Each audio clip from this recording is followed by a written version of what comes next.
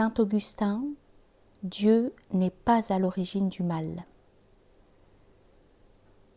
Saint Augustin voit le jour en 354 à Tagaste, une petite ville d'Algérie du Nord.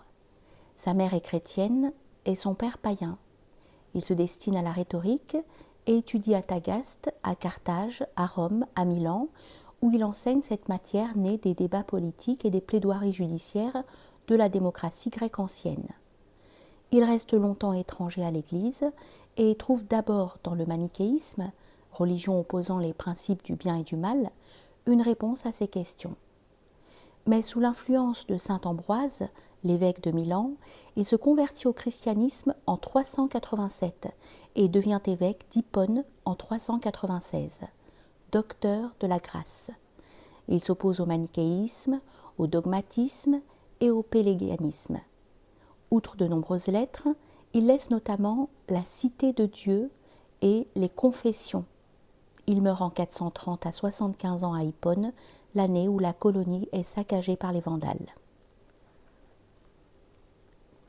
Saint Augustin s'est intéressé tout spécialement au problème du mal.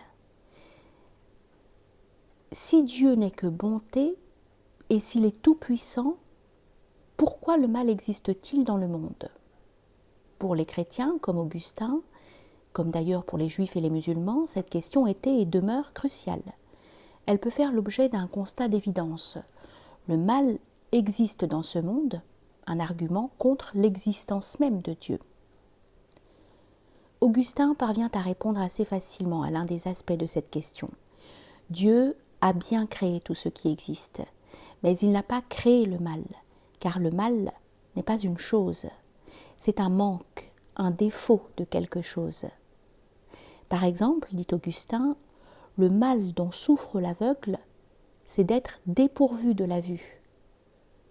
Le mal du voleur, c'est qu'il manque d'honnêteté.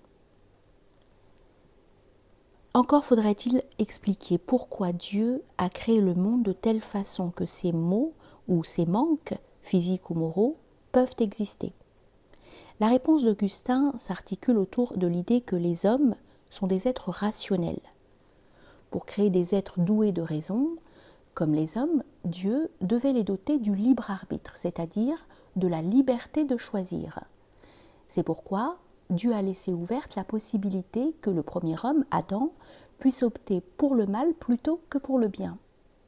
Et selon la Bible, c'est bien ce qui s'est produit lorsqu'Adam a passé outre l'interdiction de goûter aux fruits de l'arbre de la connaissance. À vrai dire, l'argument d'Augustin est valable même sans se référer à la Bible.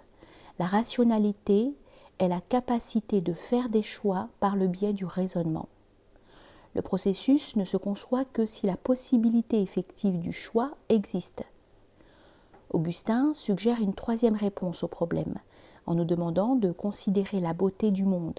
Selon lui, quand bien même le mal est présent dans l'univers, ce mal contribue à un bien qui est supérieur à ce qu'il serait si le mal n'existait pas. Si depuis l'époque de saint Augustin, bon nombre de philosophes chrétiens en sont débarrassés de la question du mal en utilisant un de ces arguments, leurs contradicteurs, comme David Hume, se sont servis de leur faiblesse même pour dénoncer le christianisme. Dire que la maladie, par exemple, est une absence de santé, c'est jouer avec les mots. Et quand bien même une maladie peut provenir d'un manque, d'une déficience, de quelque chose, il n'en reste pas moins que la souffrance du malade est bien réelle. Pour qui doute de l'existence de Dieu, la présence du mal dans le monde peut effectivement constituer une preuve de la non-existence d'un Dieu bon et tout-puissant. Mais pour ceux qui sont convaincus a priori de l'existence de Dieu, les arguments de saint Augustin peuvent apporter une réponse. Citation : ce qui rendit Adam capable d'obéir aux commandements de Dieu, le rendit aussi capable de pécher.